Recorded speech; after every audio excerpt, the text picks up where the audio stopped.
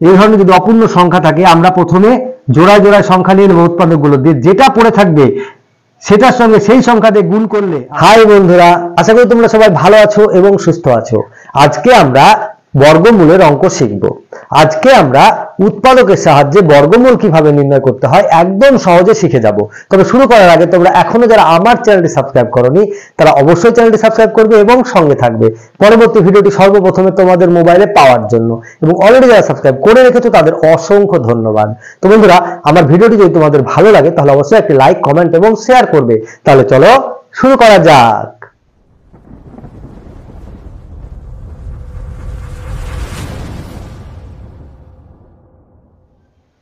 তো বন্ধুরা, আজকে আমরা উৎপাদকের সাহায্যে বর্গমূল নির্ণয় শিখব একদম সহজে। তাহলে চলো দেখে নিই। তো বন্ধুরা, আজকে আমরা উৎপাদকের সাহায্যে বর্গমূল নির্ণয় শিখব। দেখো, আমি তিনটে অঙ্ক আগে থেকে লিখে রেখেছি। এখানে পূর্ণবর্গ আছে, অপূর্ণ বর্গ আছে। আমি তোমাদেরকে এক একটা করে করে দেখাচ্ছি কিভাবে করতে হয়। ঠিক আছে, তাহলে আমরা প্রথম অঙ্কটা দেখে নিই। দেখো, এখানে আছে 64। আমরা কি বলেছি, উৎপাদকের সাহায্যে বর্গমূল নির্ণয় করতে হবে। ঠিক আছে, তাহলে 64 আমরা প্রথমে উৎপাদকে বিশ্লেষণ করব। 2 দিয়ে দেবো, 3 দুগুণ 6, 2 দুগুণ 4। আবার দেব, যেহেতু জোড় সংখ্যা তাই আমরা 2 দিয়ে দেবো। 2 কে 2, 6 দুগুণ 12। আবার 2 দিয়ে দেবো, 8 দুগুণ 16। আবার 2 দিয়ে দেবো, 4 দুগুণ 8। আবার 2 দিয়ে দেবো, 2 দুগুণ 4। তাহলে মৌলিক সংখ্যা চলে আসলো, আর যাবে না। তাহলে আমরা পেলাম কি, 64 উৎপাদক। 64 সমান সমান কি পেলাম, 2 গুণিত 2 গুণিত 2 গুণিত 2 গুণিত 2। 6টি, 1 2 3 4 5 6। তাহলে 6টা 2 পেলাম। ঠিক আছে, তাহলে আমরা উৎপাদকটা কিন্তু বের করে নিলাম। এবারে আমরা বর্গমূলটা নির্ণয় করব। তাহলে 64 এটা হলো রুট ওভার। ঠিক আছে, এটা মানে এটা বর্গমূল বের করতে হবে। সমান সমান, তাহলে আমরা কি করবো, পুরো একটা রুট টেনে নেব। তাহলে কি পেলাম, 2 গুণিত 2 গুণিত 2 গুণিত 2 গুণিত 2, 1 2 3 4 5 গুণিত 2। 6টা 2 লিখে নিলাম। এবারে দেখো, এই জোড়া জোড়া সংখ্যা থেকে আমরা একটা করে নেব।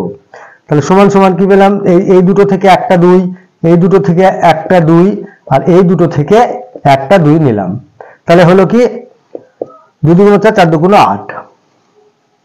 বোঝা গেল? তাহলে আমরা 2 গুণিত 2, 2 দুগুণ 4, 4 দুগুণ 8 পেলাম। তাহলে 64 বর্গমূল হলো 8। তাহলে রুট 64 সমান সমান 8। এটাই হলো অ্যান্সার। বোঝা গেল? তাহলে আমরা কিভাবে করলাম, প্রথমে আমরা এটাকে উৎপাদকে বিশ্লেষণ করলাম। 64 আছে, তাহলে 64 উৎপাদক কি 2 দিয়ে দেবো। 2 দিলে 32 দুগুণ 64। আবার 2 দিয়ে দেবো, 16 দুগুণ 32। আবার 2 দিয়ে দেবো, 8 দুগুণ 16। আবার 2 দিয়ে দেবো, 4 দুগুণ 8। আবার 2 দিয়ে দেবো, 2 দুগুণ 4। তাহলে আমরা মোট উৎপাদক পেলাম 1 2 3 4 5 6, 6টা 2। এবার আমরা লিখে নিলাম। এবারে যখনই আমরা রুট করব তখনই এটা 64 রুট ওভার। এবার টোটালটাকে আমি রুট ওভারে দিলাম, দিয়ে লিখে নিলাম। এবারে জোড়া থেকে একটি করে সংখ্যা নেব। এখানে একটি জোড়া, এখানে একটি জোড়া, এখানে একটা, 3টি জোড়া পেলাম। তাহলে 3টি জোড়া থেকে একটি করে নিয়ে হলো 2 গুণিত 2 গুণিত 2। তাহলে 3টে 2 গুণ করলে হয় 8। এটাই হলো অ্যান্সার। 64 মানে বর্গমূল হলো 8। এবারে আছে 625। এটাকে একবার আমরা করে দেখি। তো 625 এটাকে আমরা উৎপাদকে বিশ্লেষণ করব।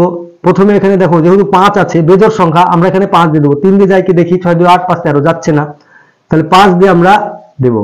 5 একে 5, 5 দুগুণ 10, 2 10 5 5 5 25।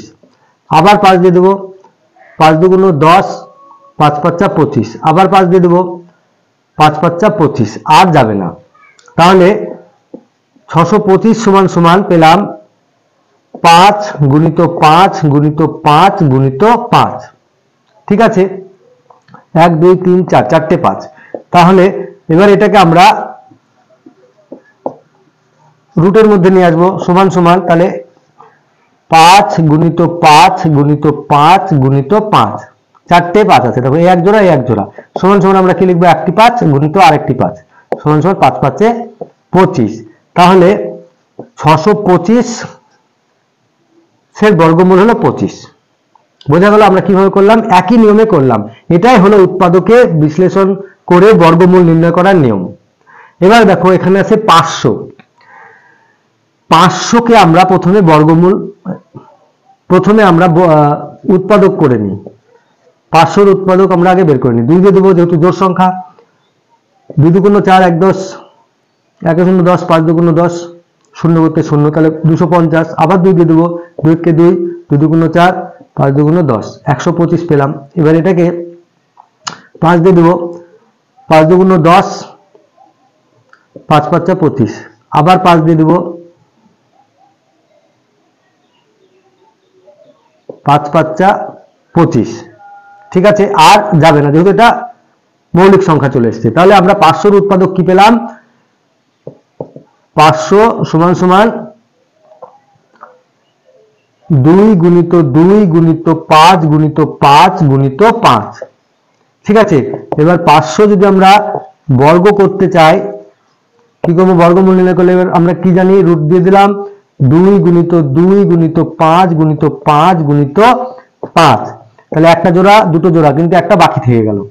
তাহলে আমরা এখানে লিখব 2 গুণিত 5 গুণিত, এখানে একটা যেহেতু বাকি থেকে গেল, তাহলে এটা কি পূর্ণবর্গ হলো? হলো না, তাহলে এটা অপূর্ণ বর্গ। এইবার প্রশ্ন এরকম আসবে যে 500 সঙ্গে কত গুণ করলে বা ভাগ করলে আমরা পূর্ণবর্গ সংখ্যা পাবো। ঠিক আছে, তাহলে এবার দেখো এখানে যদি আমরা, যেহেতু একটি 5 আছে, আরো একটি 5 যদি গুণ করে দিই, তাহলে আমরা এটাকে পূর্ণবর্গ করতে পারবো। তাহলে হবে 5 5 25 2 50। ঠিক আছে, তাহলে 50 কে 50 দিয়ে গুণ করলে আমরা বর্গ পেয়ে যাব। তাহলে 50 কে যদি 50 দিয়ে গুণ করি, 50 ইন্টু 50 সমান সমান 2500। তাহলে একটি পূর্ণবর্গ হবে কত? 2500। 500 কে 5 দিয়ে গুণ করলে একটি পূর্ণবর্গ সংখ্যা পেয়ে যাব। আবার যদি 500 কে 5 দিয়ে ভাগ করি, তাহলেও দেখো পূর্ণবর্গ পাবো। এখানে দেখাই, 500 কে আমরা যদি 5 দিয়ে ভাগ করি, 5 কে 5, 0 নামলো, 0 কে 0, আবার 0 নামলো, 0 কে 0, তাহলে হয়ে গেল কি 100। 100 একটি পূর্ণবর্গ, কারণ 10 10 100, 10 এর বর্গ 100। ঠিক আছে, তাহলে আমরা বুঝে গেলাম যে এই ধরনের যদি অপূর্ণ সংখ্যা থাকে, আমরা প্রথমে জোড়ায় জোড়ায় সংখ্যা নিয়ে নেব, উৎপাদকগুলো দিয়ে যেটা পড়ে থাকবে সেটার সঙ্গে সেই সংখ্যা দিয়ে গুণ করলে আমরা আরেকটি জোড় সংখ্যা পেয়ে যাব। তাহলে সেই সংখ্যা দিয়ে মূল সংখ্যাকে গুণ করলে অথবা ভাগ করলে সংখ্যাটি পূর্ণবর্গ সংখ্যা হবে। তো বন্ধুরা, আশা করি তোমরা বুঝে গেলে কিভাবে উৎপাদকের সাহায্যে বর্গমূল নির্ণয় করতে হয়। তোমরা এগুলো প্র্যাকটিস করবে, যত প্র্যাকটিস করবে তত শিখবে। ভালো থাকবে, সুস্থ থাকবে, মন দিয়ে লেখাপড়া করবে। আজ তাহলে আসি, টাটা।